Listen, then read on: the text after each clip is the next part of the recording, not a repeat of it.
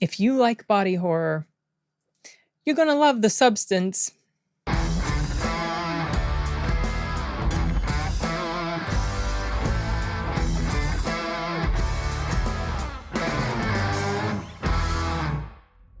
Body horror, it's okay. It's not my favorite genre or subgenre of horror. There was a lot of that in this movie, to the point that it felt a bit absurd, and it felt, well, obviously that was the intent, but there were moments where it felt like it was just done for the shock value purpose of it, and by that point it had lost all meaning to me, or I was so desensitized to it I just didn't care. I'm getting ahead of myself, and I'm already diving right into the negatives. This film was okay. I went into it expecting that I would like it more than I really ended up liking it. I know what the movie's going for. I get the messaging. I appreciate the messaging. I also appreciate that in a lot of ways it feels like it's targeting its message at not just society in general that's so obsessed with not wanting to age, but also the Hollywood industry, and how there is this definite pressure on women to look youthful for as long as possible. And The Substance really delves quite deeply into the lengths that a woman might go to in order to preserve the looks of her youth. We've all seen these pictures of some of the terrible plastic surgery procedures that certain celebs have done to themselves, and it would have just been better if they'd left themselves alone and let nature take its course, and it would have looked much nicer than what we ended up getting with some of these procedures that have been done on people. There are some good things about this film. I'll start off by mentioning that this is not the director's first movie that I've seen. The director is a French woman by the name of Coralie Farge, I think I'm saying that right, and she had apparently done a movie, I think it was back in 2017. It was her debut film. I didn't realize that when I watched the movie. It's called Revenge, and it's just a revenge movie. There's some body horror in it, but it's mostly the result of, like, let's say, injury that happens throughout the course of events to the main character, but it's nowhere near the same level of grotesqueness that The Substance is, because it's a totally different story. I remember that movie because it was advertised by Shudder, and when I signed up for Shudder, that was one of the very first movies that I watched, and I liked it. It's brutal, but I enjoyed it, and I can't say the same about The Substance. Like I said, there were some good things going for it. The acting was good. Demi is great in here. Everyone else is great in here. Also, the editing was interesting. Sometimes the editing was super quick and snappy, and the way certain things would be focused on, it was very well done. Cinematography was good. Sound design, ooh, that stands out right away. The sound design. It's pretty much immediately noticeable, or it was to me, because I can be a little sensitive to certain sounds. And by sensitive, I mean, I don't like certain sounds. And there were moments in here where, like, let's say someone eating, or there's a scene at the very, very beginning. The very first shot is the yolk of an egg being punctured by a needle. And that sound, and then the sound when the needle's being removed, those are the types of sounds that just get under my skin and grate. I don't like them.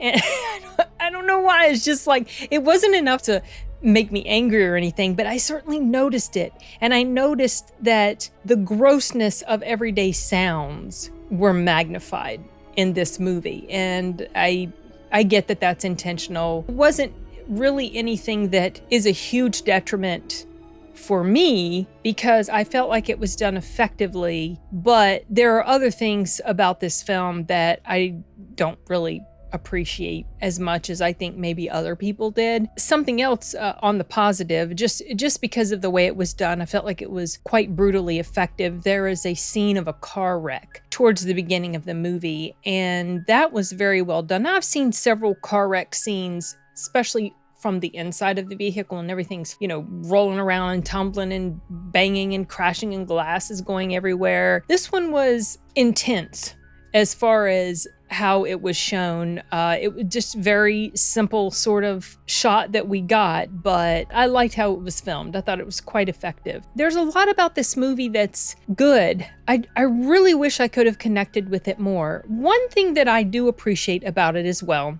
is the originality. This is, we complain a lot about, all we're getting are sequels and remakes and blah, blah, blah, blah. This was something that was original. And I thought that the premise of it, or the substance, the nature of the substance, was interesting. It went in a direction that I wasn't necessarily expecting. I thought that I could predict how it was going to go, but it didn't quite end up in that way. I would have actually liked to have seen a particular event happening, but it didn't. I'm not going to get into spoilers because while I didn't really connect with this film, I don't hate it to the point that I don't care about spoiling it for people. If this sort of thing is up your alley, you will probably enjoy this a lot. Having said that, I'll delve now into some of the negatives. Some I might not touch on because maybe they're going to be a bit too spoilery, but others, well, this next particular thing is not necessarily in the negative, but the choice of Demi Moore in the role feels right because Demi, she is representative of the type of character that she's playing. Like in real life, she seems representative of that. It's very obvious she's had work done on her and it's not looking so great. To me, it's not. And there were moments where she almost looked like Courtney Cox. Now, Courtney Cox has also had things done to her face and it doesn't look so great. And it's almost like they had the same surgeon because there were so many shots of Demi in here that reminded me of Courtney Cox, which was something that stood out to the point that I even mentioned it. Okay, now into the negatives. Some things about this story that I like also tie in with some things that I don't. I like the interesting premise, the whole setup of the substance and all that. But when you're talking about something as serious as this, I don't understand the ease with which one of the characters played around with the rules. Now, you could say, well, that's the character. This is the way the character became. But still, to me, I wasn't convinced enough that this particular person would want to take chances in the way that they did. And so when it became evident that they were going to be doing this thing, I just was like rolling my eyes because like, okay, well, I get the point you're trying to make about this character, but I'm not convinced that they would be that ridiculous with themselves as far as something like this. All right, I know, I get it. In reality, people have been very ridiculous about their life in general, but I don't know, for some reason that just didn't work for me. Another thing that started to get under my skin after a while is, you guys, this film is quite long. It clocks in at 2 hours and 20 minutes. Take away credits, you're looking at probably 2 hours and 10 to 15 minutes of runtime. It was long. It was long to the point that I was ready for it to be over. I was checking my email. By the last act, or let's say the final fourth of the movie or so, I didn't really care anymore. And I was just kind of ready for it to be over. And when it was over, I was glad it was finally over. Okay, it's finally over. This film was about 20 to 30 minutes too long. Now, I do like that certain moments weren't rushed. I like that we were given long enough with Demi before things started going downhill. We could understand her character, but at the same time, it just felt like certain things dragged on a bit too long. We didn't need to see repeated moments of her being tormented by the fact that she's not young anymore and all that sort of stuff. It just felt like just a bit too much. Also, when you're talking about this situation that's been set up, the whole thing about the substance, it wasn't clear to me. I guess it doesn't really matter. Maybe that's not the point of it. Just like with My Old Ass, it's not important to understand how or why the older version of the character can come back and talk with the young version of herself. The mechanics of that aren't explained at all. I can get that, and there's part of me that can get it too, as far as this movie goes, because it's not important to know who created the substance, how it's being funded.